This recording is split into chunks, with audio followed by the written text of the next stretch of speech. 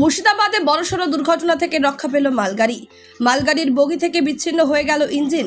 মুর্শিদাবাদ জেলার ফারাক্কার খোদাবন্দপুর এলাকায় চলন্ত মালগাড়ি থেকে বিচ্ছিন্ন হয়ে গেল ইঞ্জিন। জানা গিয়েছে রবিবার সকালে ধুলিয়ানের দিক থেকে ফারাক্কার দিকে ওই মালগাড়িটি যাবার সময় ফারাক্কার খোদাবন্দরপুর এলাকায় ইঞ্জিন থেকে মালগাড়ির বগি বিচ্ছিন্ন হয়ে যায়। যদিও বিচ্ছিন্ন হয়ে যাওয়া বগিগুলি ইঞ্জিনের পেছনে লাইনের উপরে দাঁড়িয়ে যাওয়ায় বড়সড় দুর্ঘটনা থেকে রক্ষা পাওয়া গিয়েছে। তবে বারংবার এই ধরনের দুর্ঘটনার রেলের গড়িমসি নিয়ে প্রশ্ন থেকেই যাচ্ছে। ব্যুরো রিপোর্ট, চেতনা নিউজ। এই রেল লাইনে একটা গাড়ি আমাদের এই সাকোপাড়া হল্টের দিকে যাচ্ছিল ধুলিয়ান স্টেশন থেকে।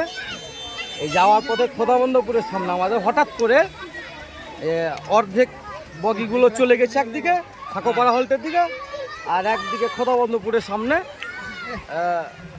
এই ট্রেনের মোটামুটি 10-15টা বগি দাঁড়িয়ে গেছে। মানে কানেকশন ছিন্ন হয়ে গেছে, আলাদা আলাদা ভাগ হয়ে গেছে।